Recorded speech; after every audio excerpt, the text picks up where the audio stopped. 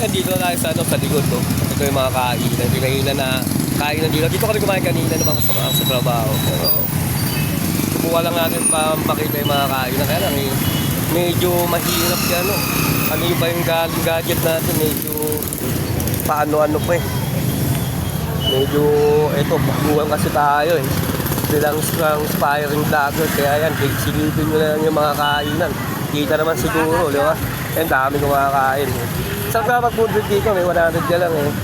Talagang sulit na. Sigurado, ngayong oras na to eh, baka hindi ka na magapunan. Oh, ang dami sa pagpipilian talaga. Oh, ang dami. Hanggang dun sa dulo, kung titignan mo. Oh, nasa ano ko eh, along Tayuman ako. Along Tayuman Road to SM San Lazaro. Ang dami kumakain, oh.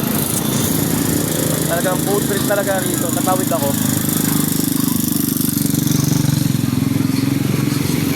So, dami kumakain.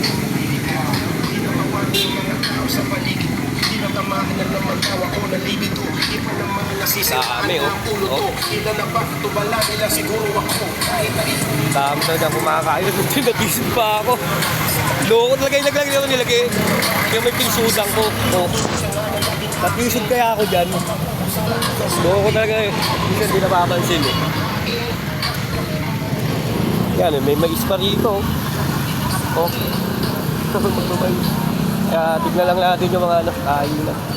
Yan lang natin, medyo kita lang natin. Daming tao talaga, oh. Daming kumakain. Oh. Oh. Dami talaga kumakain dito. Oh.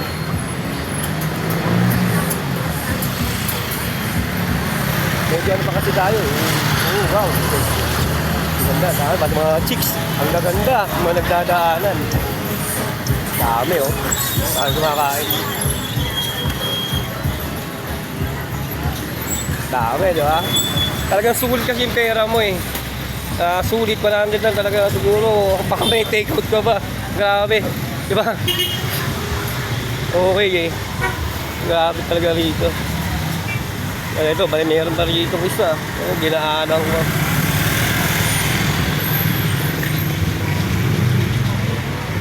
Okay na. Daming kainan.